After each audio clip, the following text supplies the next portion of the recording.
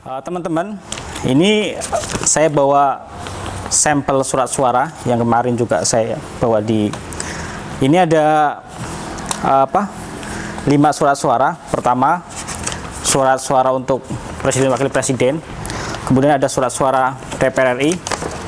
Ini untuk review saja, untuk mengingat kita. Bukanya memang agak susah karena ukurannya juga ukurannya segini. Kemudian ada surat suara setelah DPR RI, kita punya DPD. Ini juga lumayan. Ini memuat foto, ada 20 calon DPD karena setiap provinsi ada 20 calon. Kemudian ada surat suara DPRD provinsi, sama kayak DPR RI ukurannya luas. Kemudian terakhir surat suara untuk DPRD kabupaten, sama. Surat suara ini adalah surat suara di pemilu 2019. Kita tahu dikenal istilah pemilu 5 kotak karena surat suaranya ada 5 jenis, kemudian kotak suara 5 jenis.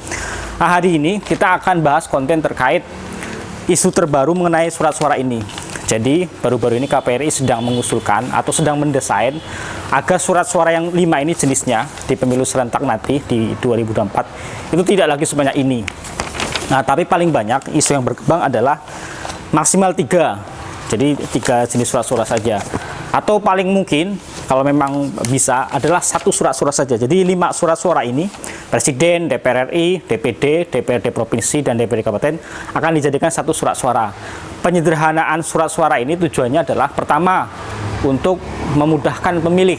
Jadi kita sudah tahu, tadi saya juga bukanya susah, bagaimana teman-teman disabilitas di TPS, kemudian teman-teman yang lansia, pasti membukanya agak susah.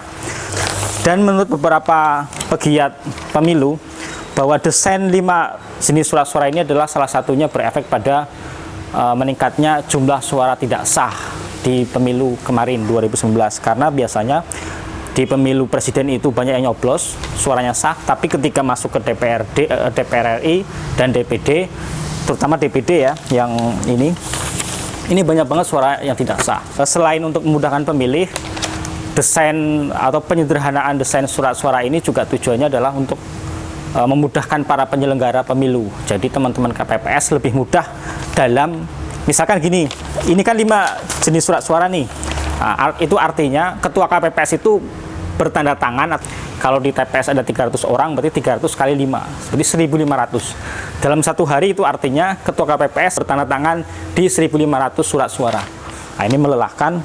Belum lagi ketika menghitung dari jam 13 sampai selesai, itu waktunya sangat panjang, melelahkan, dan dianggap salah satu penyebab banyak KPPS sakit kemudian meninggal dunia. Itu selain memudahkan penyelenggara juga pada dasarnya juga untuk meningkatkan partisipasi agar tidak hanya jumlah pencoblos di suara presiden saja yang tinggi, tapi juga sampai DPD, sampai DPD kabupaten. Itu intinya. Di dalam Undang-Undang 17 tentang pemilu, terkait pemberian suara itu dilakukan dengan mencoblos 1 kali pada nomor, nama, foto pasangan calon atau tanda gambar partai politik pengusul dalam 1 kotak pada surat suara pemilu presiden wakil presiden. Jadi kalau kotak suara presiden, ini contohnya pemilu kemarin, itu pemberian surat suara pada presiden itu kan bisa di nomornya, bisa di fotonya, atau di partai politik pengusungnya. Ke depan ada informasi bahwa pemberiannya cukup menuliskan angkanya saja. Baik, misalkan calon presidennya, pasangannya ada 2 atau 3 atau 5, mungkin cukup dengan menuliskan nomor urutnya.